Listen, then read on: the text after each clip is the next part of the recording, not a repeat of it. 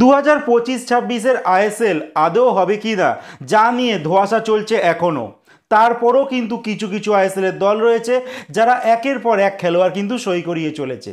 কিন্তু ঠিক উল্টো দিকে আইএসএলের কিছু দল আছে যারা এখনও অবধি কিন্তু চুপ করে রয়েছে। তারা এখন দেখছে আইএসএল আদৌ হবে কি না। যেমন Kerala blaster FC, Orissa FC, Hyderabad FC, Mumbai city FC, তারা কিন্তু এখন সাইলেন্ট রয়েছে। তারা আদৌ জানে না আইএসএল হবে কি না বা কী তার ভবিষ্যৎ, যার জন্য তারা কোনো অ্যানাউন্সমেন্ট কিন্তু এখনও করছে না। ঠিক উল্টো দিকে east Bengal, Bangalore, north east United FC, FC Goa, তারা কিন্তু এক এক করে খেলোয়াড়দের নাম অ্যানাউন্সমেন্ট করছে। যেখানে ইস্ট বেঙ্গল লাস্ট উইক আমরা দেখতে পেয়েছিলাম মার্তান রায়না, যার সঙ্গে 3 বছরে কন্ট্যাক্ট করেছিল, অ্যানাউন্সমেন্ট করেছে ইস্ট বেঙ্গল। তারপরে রামসাঙ্গা রিয়াল কাশ্মীর থেকে এনেছে এই খেলোয়াড়কে। এই খেলোয়াড়টিও সঙ্গে ইস্ট বেঙ্গল 3 বছরে কন্ট্যাক্ট করেছে। এ তো গেল লাস্ট সপ্তাহে ইস্ট বেঙ্গলের অ্যানাউন্সমেন্ট। এবার ইস্ট বেঙ্গল আজ রবিবার আর গতকাল যে শনিবার গেল, পরপর 2 দিনে কিন্তু দুটো খেলোয়াড়ের নাম আবার ঘোষণা করলো। একজন হচ্ছে ইস্ট বেঙ্গলে খেলে যাওয়া একজন খেলোয়াড় এডমুন লালেন্ডিকা। 2019-20 সিজন যখন ইস্ট বেঙ্গল আই লিগ খেলতো সেই সময় খেলেছিল এই খেলোয়াড়টি। ওই একটা দুটো ম্যাচেই কিন্তু ইস্ট বেঙ্গলের সাপোর্টারদের মন জয় করেছিল সেই এডমুন। আবারও কিন্তু ইন্টার কাশি হয়ে এবার ইস্ট বেঙ্গলে ফিরে এসেছে।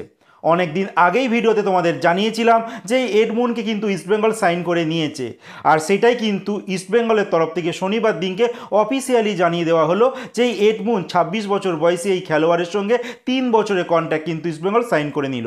মানে 2028 সাল অবধি কিন্তু ইস্টবেঙ্গল এই খেলোয়াড়টির সঙ্গে চুক্তি করে নিল। আর ইস্টবেঙ্গলের ফেসবুকে যারা এই মুহূর্তে মিডিয়ার দায়িত্ব রয়েছে তারা কিন্তু দারুণভাবে কিন্তু কাজ করছে। নানা রকম ধোঁয়াশার মাঝেই কিন্তু কোন কোন খেলোয়াড় নাম ঘোষণা হবে সেগুলো তারা এক এক করে জানাচ্ছে। আর সেখানেই দেখা গেল যে কোয়েস থেকে কিভাবে তিনি এই বর্তমানে ইমামি ইস্ট বেঙ্গলে এলেন তারও কিন্তু একটা সিনারিও একটা তৈরি করেছে, একটা ভিডিওর মাধ্যমে কিন্তু তুলে ধরেছে, যেটা ইস্ট বেঙ্গলের ফেসবুক পেজে তারা দেখাচ্ছে। আমি তোমাদের স্ক্রিনেও দিয়ে দিলাম একটা ছবি, যেখানে এক সাইডে আছে ইস্ট বেঙ্গলের পুরনো জার্সি মানে কোয়েসের জার্সি পরে রয়েছে, আর বর্তমানে ইমামি ইস্ট বেঙ্গলের জার্সি পরে রয়েছে এই এডমন। যাই হোক, এরপরে ইস্ট বেঙ্গল রবিবার দিনকে কিন্তু একটা দারুণভাবে সেই বিপিনের সিংয়ের নাম ঘোষণা করলো।